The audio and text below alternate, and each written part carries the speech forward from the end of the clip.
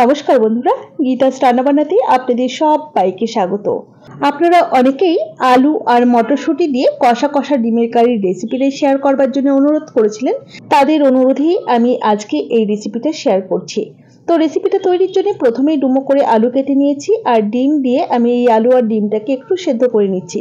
ডিমগুলো খুব বেশি সেদ্ধ করব না, আর আলুগুলোকে 50% মতো সেদ্ধ করতে হবে। দেখুন, সেদ্ধ করে নামিয়ে নিয়েছি, জলটাও ঝরিয়ে নিয়েছি, ডিমের খোসা ছাড়িয়ে ডিমগুলোকে কাট লাগিয়ে রেখেছি। এখন রান্নাটা করবার জন্য গ্যাসে একটা কড়াই বসিয়ে দিয়ে দিলাম পরিমাণ মতো সরষের তেল। তবে খুব বেশি তেলের ব্যবহার করলাম না। তেলটাকে বেশ ভালোভাবে গরম করে নিয়ে কড়াইয়ের চারিধারে লাগিয়ে দিলাম, আর এই যে খোসা ছাড়িয়ে কাট করে রাখা ডিমগুলো দিয়ে দিলাম, সাথে অল্প লবণ আর হলুদ গুঁড়ো দিয়ে নাড়াচাড়া করে ডিমগুলোকে ভেজে নেব। দেখুন, ডিম ভাজা খেতে যে যেমন পছন্দ করেন সেভাবে ভেজে নেবেন। যাই হোক, আমি এরকম একটু লালচে করে ভেজে তেল ঝরিয়ে ডিমগুলোকে তুলে নিলাম। এখন কড়াইয়ের বাদবাকি তেলের মধ্যে ওই যে হাফ সেদ্ধ করে রেখেছিলাম আলুগুলো, ওগুলো দিয়েও 4 থেকে 5 মিনিট সময় নিয়ে বেশ সুন্দর লালচে করে ভেজে নিচ্ছি। দেখুন, আলুগুলো বেশ সুন্দর লালচে করে ভাজা হয়ে গেছে। এবারে আলুগুলোকেও তেল ঝরিয়ে একটা পাত্রের মধ্যে তুলে নিচ্ছি। কড়াইতে আরো একটু তেল যোগ করে দিচ্ছি। এবারে ফোড়নে দিয়ে দিচ্ছি অল্প একটু গোটা জিরে আর তেজপাতা। ফোড়নটাকে জাস্ট কয়েক সেকেন্ড সময় নিয়ে ভেজে নেওয়ার পর দিয়ে দিলাম 3টে মাঝারি সাইজের পেঁয়াজ কুচি। পেঁয়াজ কুচিটাকে নাড়াচাড়া করে হালকা করে ভেজে দিলাম। খুব বেশি কড়া করে কিন্তু পেঁয়াজগুলো ভাজবার প্রয়োজন নেই।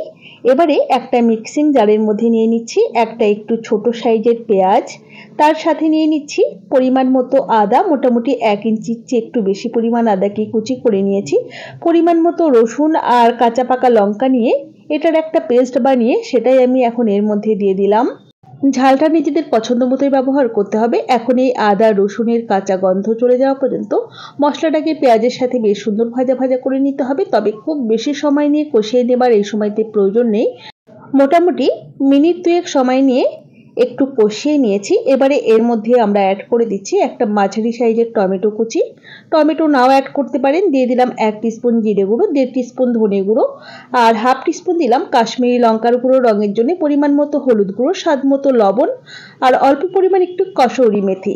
খুব বেশি পরিমাণ দেবার কিন্তু একেবারেই প্রয়োজন নেই, আবার না চাইলে নাও দিতে পারেন। আর দিয়ে দিলাম 1 বাটি পরিমাণ এই যে ছাড়িয়ে নেওয়া মটরশুঁটি।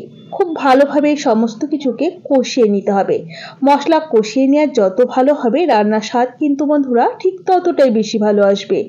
গ্যাসের ফ্লেমটা কমিয়ে আর বাড়িয়ে মোটামুটি 5 থেকে 6 মিনিট কষিয়ে নিয়েছি। এবারে ভেজে রাখা আলুর টুকরোগুলো দিয়ে দিলাম, সাথে অল্প পরিমাণে একটু গরম জল অ্যাড করে নাড়াচাড়া করে নিচ্ছি। এবারে গ্যাসের ফ্লেমটা একটু কমিয়ে রেখে ঢাকা দিয়ে মোটামুটি আরও ওই মিনিট 5 সময় নিয়ে কষিয়ে নিতে হবে। এতে করে আলুর ভিতরে মশলাটা ঠিকঠাকভাবে পৌঁছে যাবে আর খেতে কিন্তু খুবই টেস্টি হবে।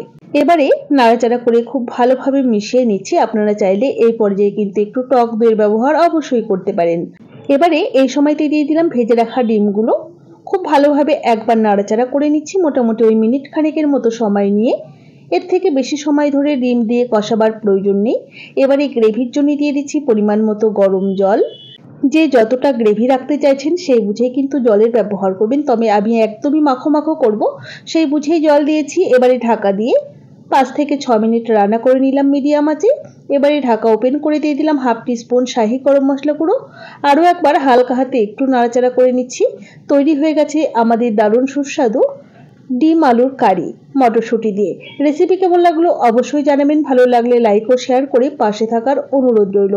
আশা করি দেখে বুঝতেই পারছেন গ্রেভিটা কি দারুণ হয়েছে। একদমই মাখো মাখো কষা কষা একটা ডিমের কারি আমাদের তৈরি হয়ে গেছে, আর দেখতে যতটা ভালো হয়েছে খেতে তার চেয়ে অনেক অনেক বেশিই ভালো হয়েছিল। তাহলে আজ এই পর্যন্তই। সকলে ভালো থাকবেন, সুস্থ থাকবেন। হাজির হয়ে যাব নতুন কোনো রেসিপি নিয়ে। ধন্যবাদ।